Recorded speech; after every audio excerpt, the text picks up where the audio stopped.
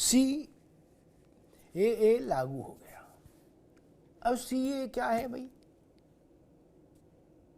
इसका वास्ता भारत में किस वर्ग से है? कौन से लोग प्रभावित होंगे? इस पर अलग अलग किस्म के दुष्प्रचार हो रहे हैं। नागरिकता संशोधन कानून, इसका भारत के किसी नागरिक से कोई लेना देना नहीं।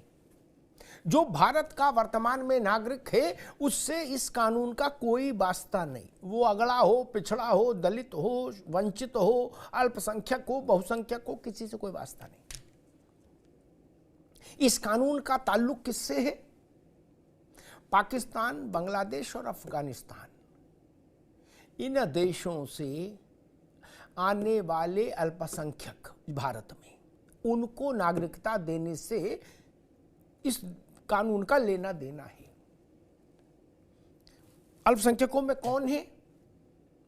हिंदू, सिख, जैन, बौद्ध, क्रिश्चियन, ये यानी इन वर्गों के लोग इन 3 देशों से अगर धार्मिक आधार पर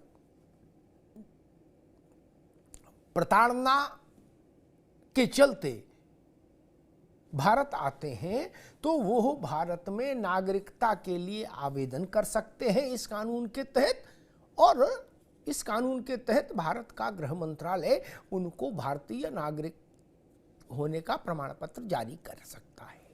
सिर्फ इतना मसला है। कहा जा रहा है जी कागज दिखाओ अभियान चलेगा। कौन किससे कागज मांग रहा है इस कानून में? कोई मसला ही नहीं। लेकिन हां, फरंगी महली साहब ने एक बात कही है। उन्होंने कहा कि इस कानून से किसी की नागरिकता नहीं जा रही, बल्कि कुछ लोग जो बाहर से आएंगे उनको मिलने की बात है, इसलिए दुष्प्रचार ना करें। लेकिन लोग, राजनेता कहां मानते? अखिलेश जी ने इस पर आपत्ति जताई, भाई ये कानून क्यों लाया गया।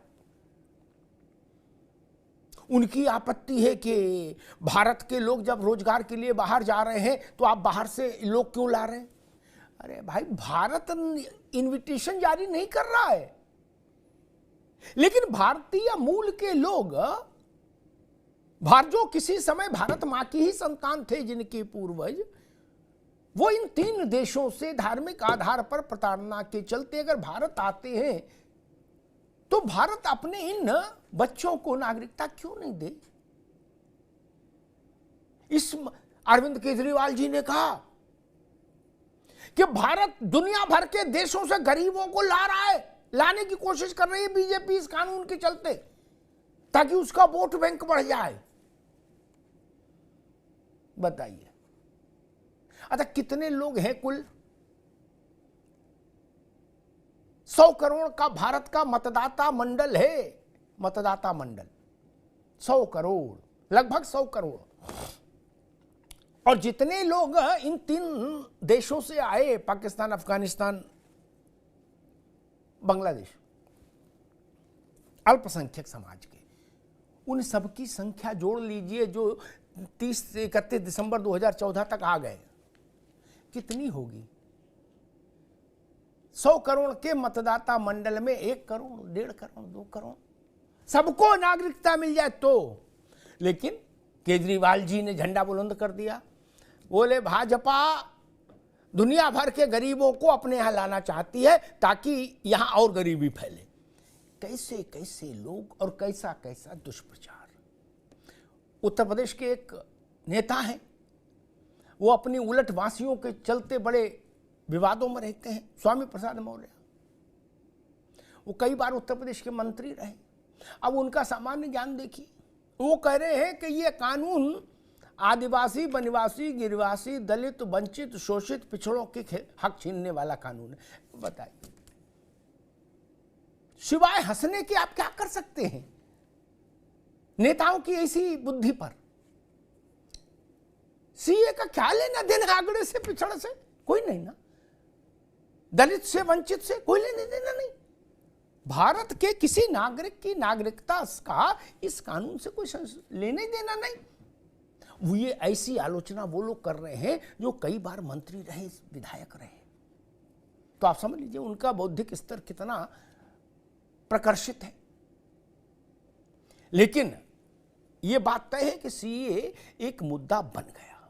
19 में कानून बना था और 24 के चुनाव की पूर्व संध्या पर मोदी सरकार ने इसको लागू कर दिया, नोटिफिकेशन कर दिया, अधिसूचना जारी हो गई।